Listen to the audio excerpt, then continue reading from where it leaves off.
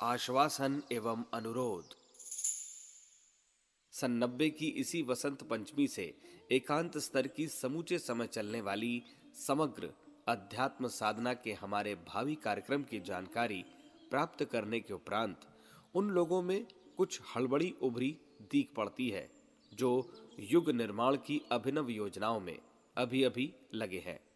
इन्हें कठिनाई ये दिखती है कि समर्थ सेनानायक का सीधा संपर्क रहने पर जो प्रयास सफलतापूर्वक चल रहे थे वे आगे किस प्रकार चल पाएंगे, साधन कैसे जुटेंगे, प्रोत्साहन और सहयोग कहां से मिलेगा।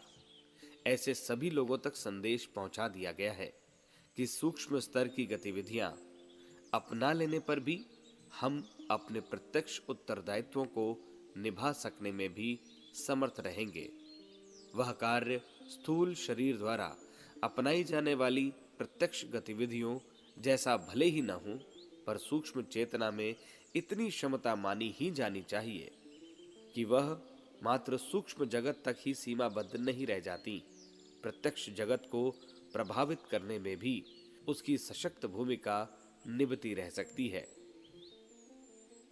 शांति कुंज हमारे प्रत्यक्ष शरीर के रूप में विद्यमान है, तो फिर उससे संबंधित लोगों को आवश्यक प्रेरणाएं और प्रकाश किरणें भी मिलती रहेंगी, जिनकी ऊर्जा और आभा से संसार भर में महत्वपूर्ण प्रयोग गतिशील बने रहेंगे। अगले दिनों संभवतः किसी को हमारी अनुपस्थिति अखरेगी नहीं, वरन वह दृश्य दृष्टिगोचर होगा जिसमें एक बीज वृक्ष बनकर नए हजारों लाखों बीज उत्पन्न करता है। प्रत्यक्ष भूमिका निभाने की कमी को कोई ये न माने कि मृत्यु हो गई। दिव्य तत्व कभी मरते नहीं।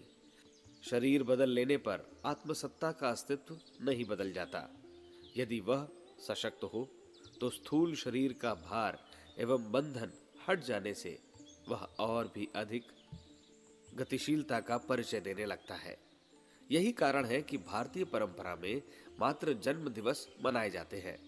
मृत्यु दिवस की तो आश्विन पितृपक्ष में ही एक हल्की फुल्की चर्चा होती है। स्वामी राम तीर्थ ने मरने के कुछ ही समय पूर्व मौत के नाम खत नाम से एक दस्तावेज लिखा है।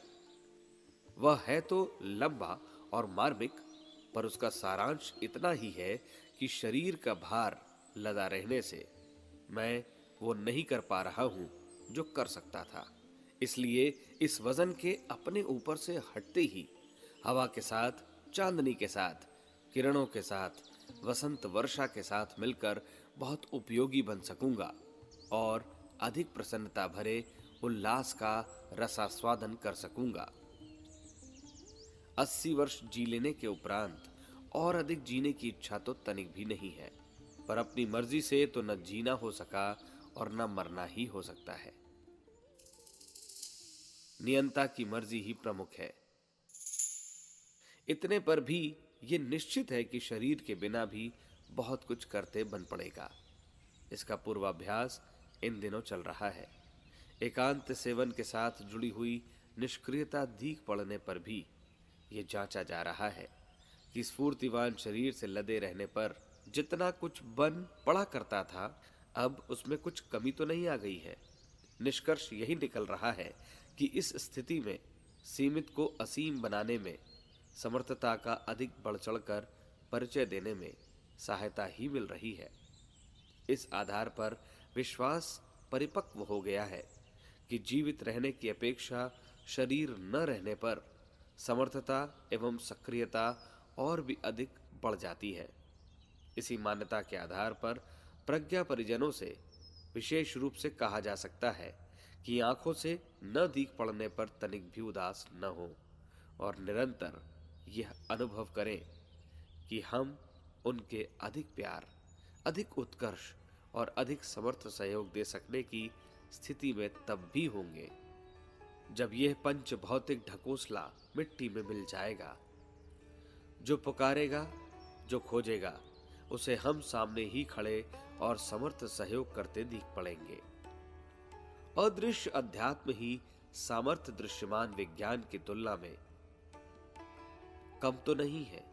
इस असमंजस को इतने दिनों जीकर अभीष्ट प्रयोग की दिशा में निरत रहकर ये भली भांति जान लिया है कि आत्मबल संसार के समस्त बलों की तुलना में अधिक सामर्थ्यवान है। विज्ञान की पहुंच मात्र जड़ पदार्थों तक है, जबकि अध्यात्म जड़ ही नहीं, चेतना को भी प्रभावित परिष्कृत करने में समर्थ है।